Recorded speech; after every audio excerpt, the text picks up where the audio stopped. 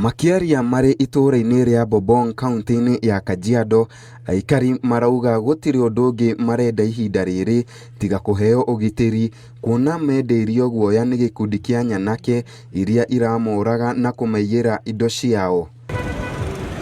Mucii-ini kwa Moses Lekinayo wa miaka 48 itura-ini ria Bobong, itu ria kieha nirigumeire family ino, uyu ni thutha wa gutharikira muthuri mwene mucii na kumuraga.